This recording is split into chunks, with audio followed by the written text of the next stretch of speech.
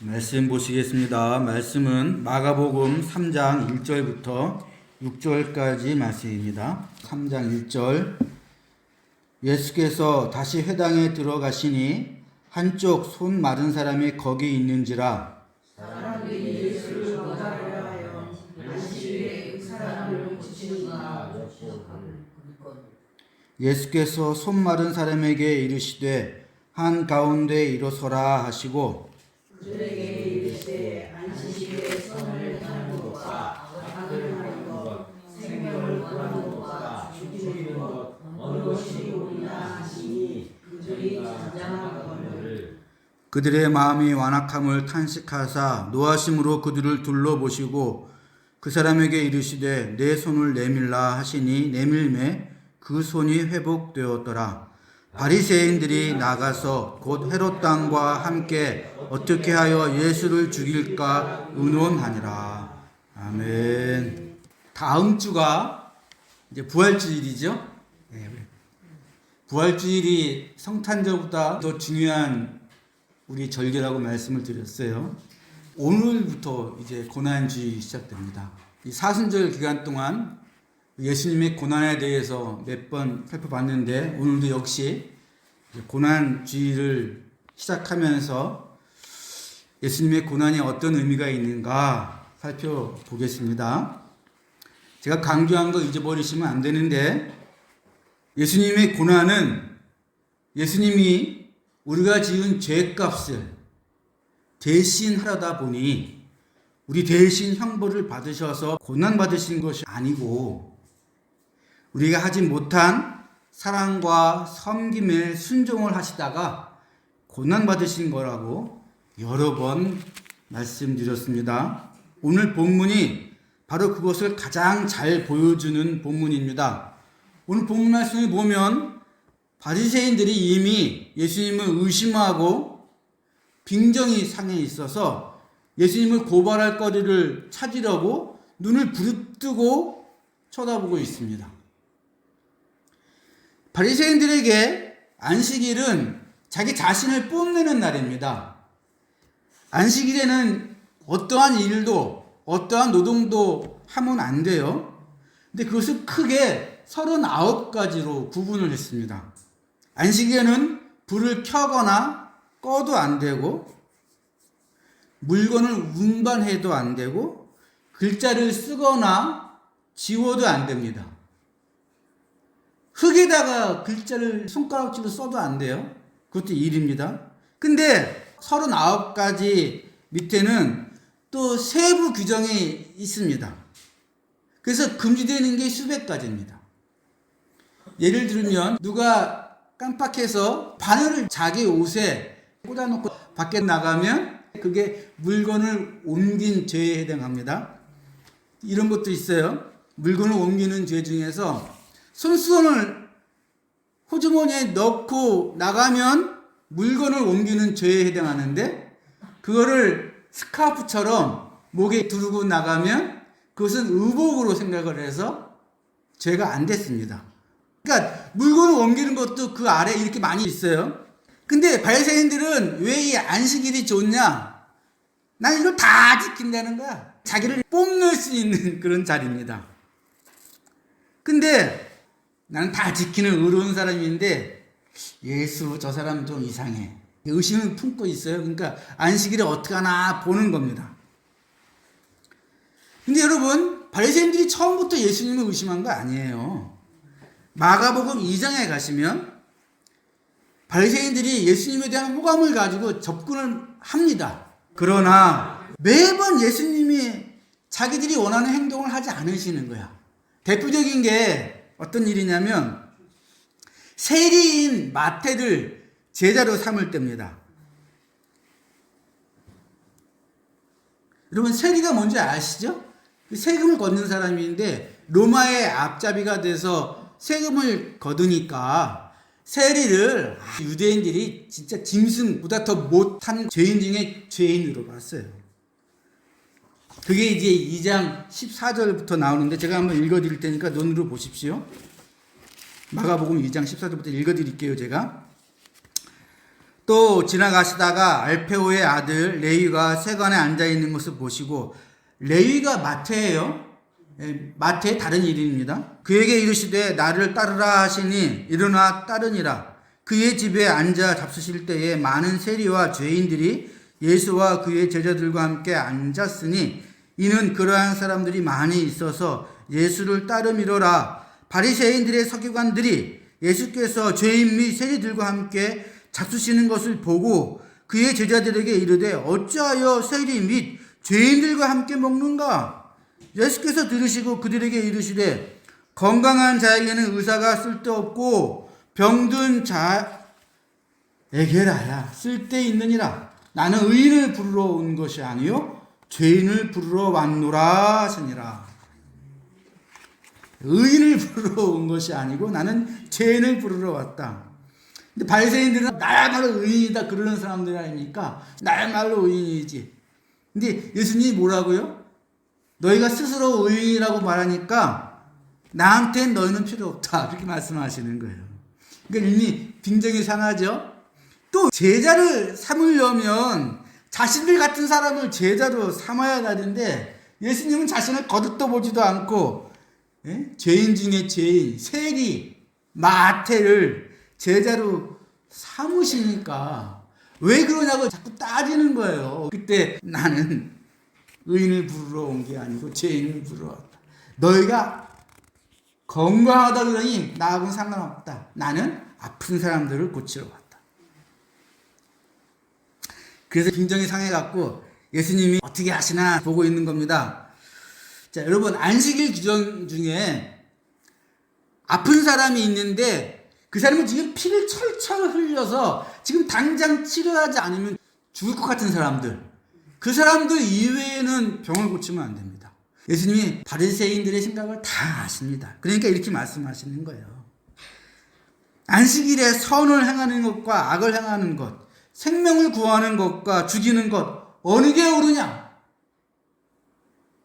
그리고 그들의 마음이 완악함을 탄식하사 노하셨대요. 근데 뭐라 그럽니까? 같이 한번 읽어볼까요? 3장 6절. 바리새인들이 나가서 곧 헤롯 땅과 함께 어떻게 하여 예수를 죽일까 의논하니라. 그러니까 예수님은 사람을 살리고 사랑하고 섬기는 일을 하시면서 고난을 받으시는 거예요. 네? 여기 헤롯 땅은 그 반역자, 매국노들을 말합니다. 권력은 잡은 사람들이 위해서 힘은 있는데 자기 민족을 억압하고 로마에 붙어있는 반역자들, 매국노들. 그러니까 바리새인들이 그 사람들 상종이나 했겠습니까? 근데 지금 예수님을 죽이려고 연합했답니다. 평소에는 침뱉던 사람들하고. 그런데 예수님은 처음부터 사랑하고 섬기는 일을 하시면서 고난을 받으셨어요. 1장에 가시면 마지막 부분에 나병 걸린 사람을 고쳐주십니다. 나병이 뭔지 아시죠? 문둥병. 옛날 사람들 그렇게 말했죠. 근데 나병 걸린 사람들을 유대인들은 아주 부정한 사람으로 생각을 했습니다. 그래서 동네에서 내쫓습니다. 같이 살 수가 없는 부정한 사람이에요. 만약 나병 환자가 일반인하고 이렇게 접촉을 하면 돌로 쳐서 죽였습니다. 그러니까 나병 환자가 돌 안 맞으려면 길 가다가 일반인이 오면 입을 가리고 부정하다 부정하다 소리를 질러야 돼요. 안 그러면 돌로 치는 겁니다. 그 즉시. 그게 나병 환자입니다. 근데 그 나병 환자가 예수님께 왔습니다. 예수님이 직접 손을 대서 안수하사 그 사람을 고치십니다. 병이 났어요. 이제 너 동네에 들어가서 제사장에게 네 몸 나은 거 다 인증받고 동네에서 살아라. 그렇게 말씀을 하십니다. 우리 마지막 부분 볼까요? 1장 45절 같이 한번 읽어보겠습니다. 그러나 그 사람이 나가서 이 일을 많이 전파하여 널리 퍼지게 하니 그러므로 예수께서 다시는 드러나게 동네에 들어가지 못하시고 오직 바깥 한적한 곳에 계셨으나 사방에서 사람들이 그에게로 나오노라. 자, 이게 여러분 이게 재미있는 거예요. 자, 나병 환자는 동네에 못 들어가고 밖에 살았죠. 그 사람을 고쳐줬습니다. 이 사람이 이제 동네에 들어가서 살게 됐습니다. 대신 누가 동네에 못 들어가고 동네 밖에 머무십니까? 예수님은 처음부터 사람을 살리고 그 사람이 당한 고통을 잘 감수하시는 거예요. 그러니까 예수님은 사랑 때문에, 섬김 때문에 고난을 받으시는 거예요. 처음부터 그렇습니다. 처음부터. 제가 이걸 강조하잖아요. 여러분, 사랑과 섬김의 순종, 그 섬김을 좀 더 강조하시려면 사랑과 나를 내어주는 섬김의 순종, 이렇게 딱 외워두세요. 근데 이때 사랑과 섬김의 순종을 하려면 다른 사람과의 관계에서 드러납니다. 늘 사랑과 섬김의 순종 그러면 다른 사람이 있다는 걸 상정하고 얘기하는 거예요. 그런데 보세요. 예수님이 내 죄를 대신하셔서 고난받으셨다, 이렇게 말하는 사람들은 다른 사람은 신경 쓸 게 없어요.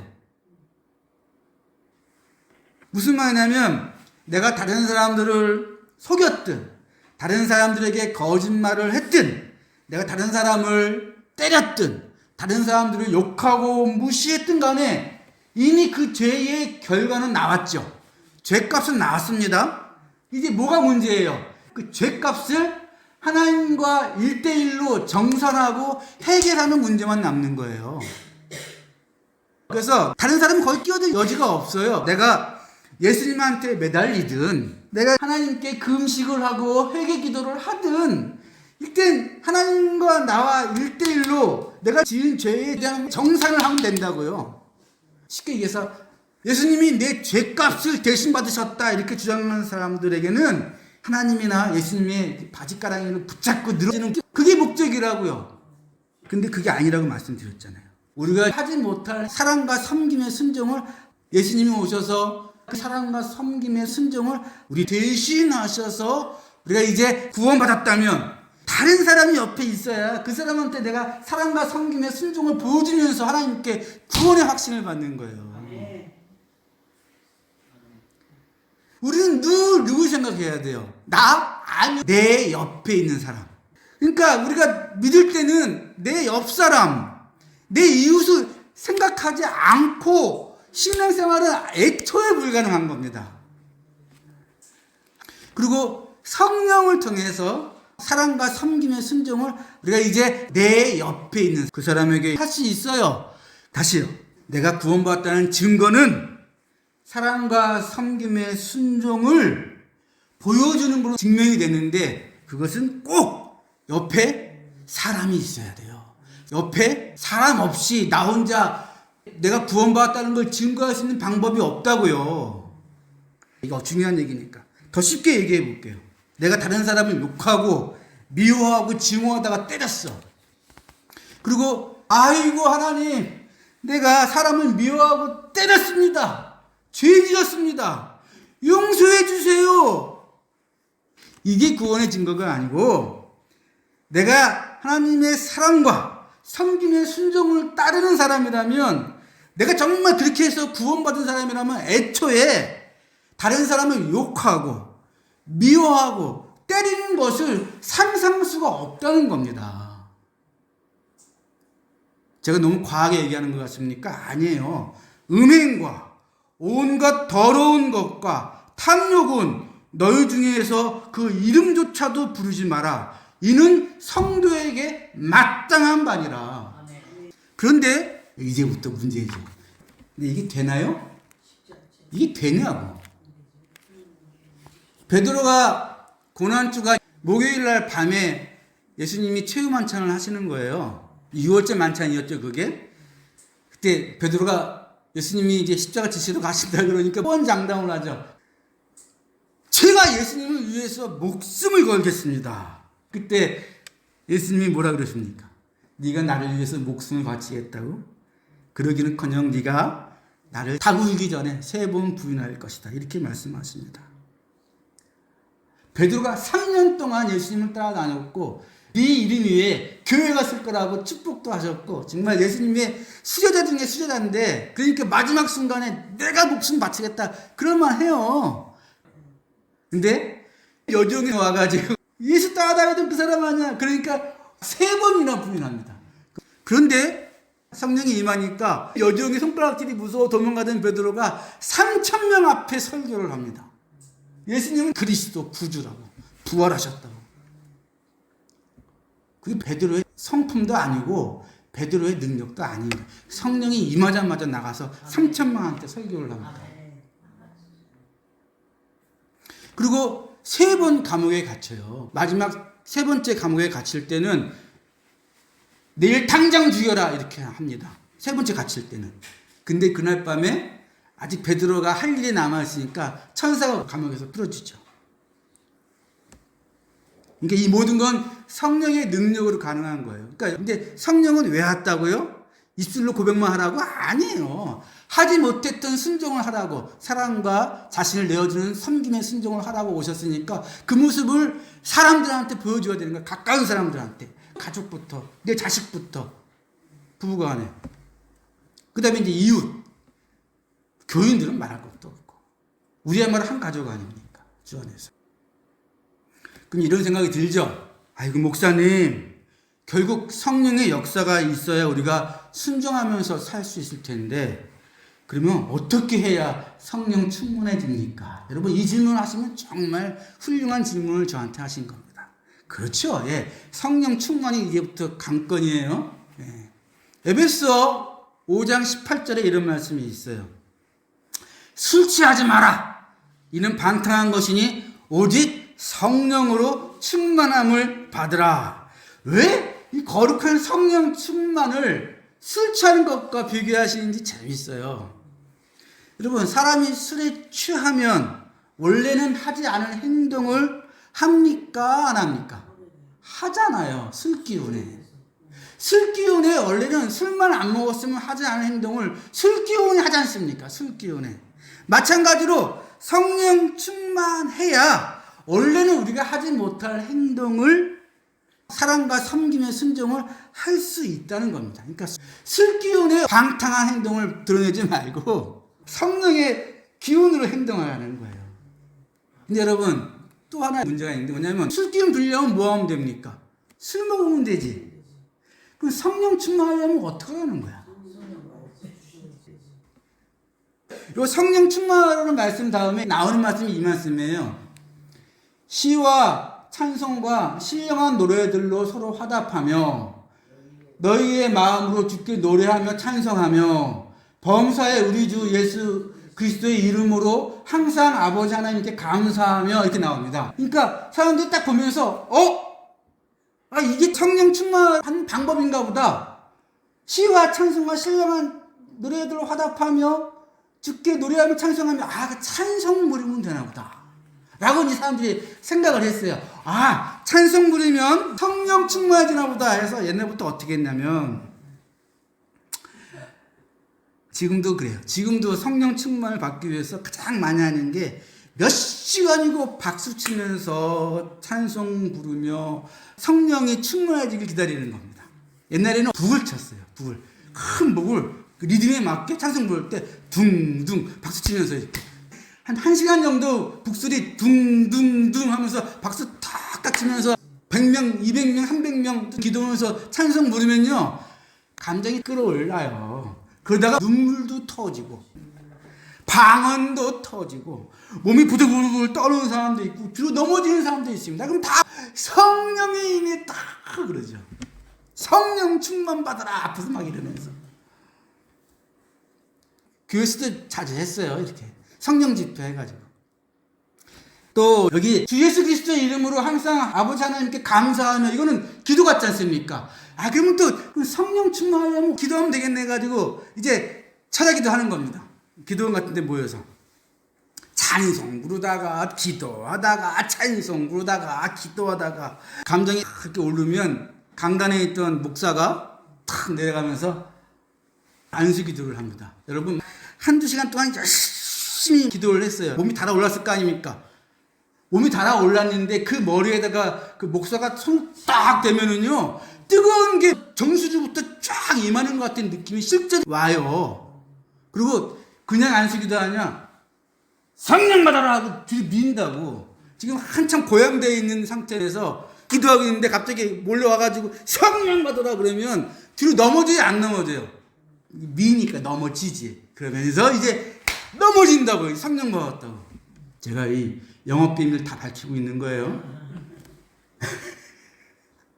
근데 여러분 중요한 건 이 말씀이 성령 충만함을 받는 방법이 아니라 결과예요. 결과. 원래 성경에는 이게 결과로 되어 있는 거예요. 결과로. 너희가 성령 충만함을 받으면 마음으로 찬양을 부를 것이고 예수 그리스도의 이름으로 감사할 것이고 그리고 너희가 서로 섬기면서 복종할 것이다. 결과라고 결과. 그러니까 결과를 원인으로 바꿔버렸으니 말 됩니까? 알겠어요, 목사님. 그러면 어떻게 성령 충만을 받습니까?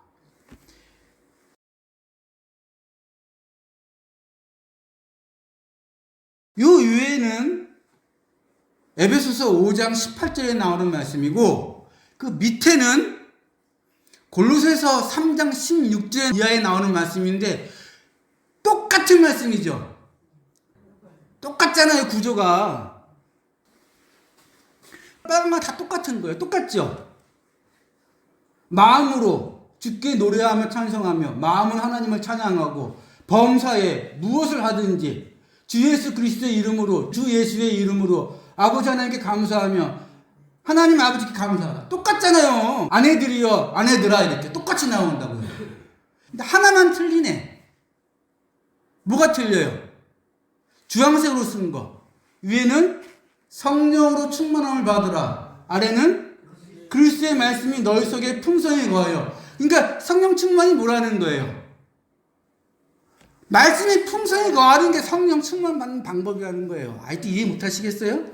똑같은 말씀인데 한쪽에서는 성령 충만함 받으라. 한쪽에서는 그리스도의 말씀이 너희 속에 풍성히 거하여. 그러니까 성령 충만이 뭐라고요? 그리스도의 말씀이 내 안에 풍성히 거하는 게 성령 충만이라는 겁니다. 그러니까 내 안에 말씀이 안 거하는데 어떻게 성령 충만이 있어요? 제가 이거를 만들었을까요? 그럴 리가 있습니까? 유명한 말씀인데 아무도 이런 식으로 설교 안 했지. 똑같은 본문, 똑같은 말씀, 똑같은 구조인데 한쪽에서는 성령 충만을 받아라. 한쪽에서는 너희 속에 그리스도의 말씀이 풍성하게 거하게 하라. 성령 충만 받는 방법은요. 우리가 술을 먹어야 술기는 빌릴 수 있지 않습니까?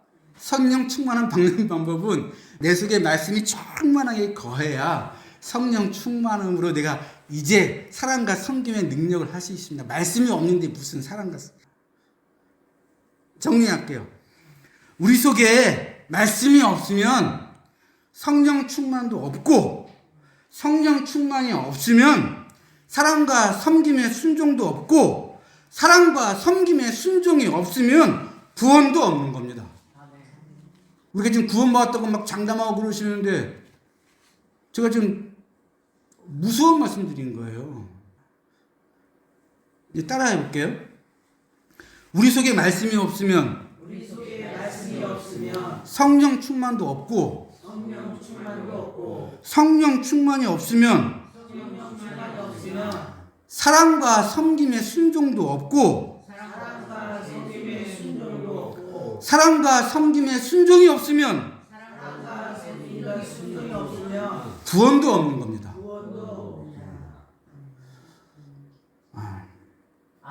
기도하시겠습니다.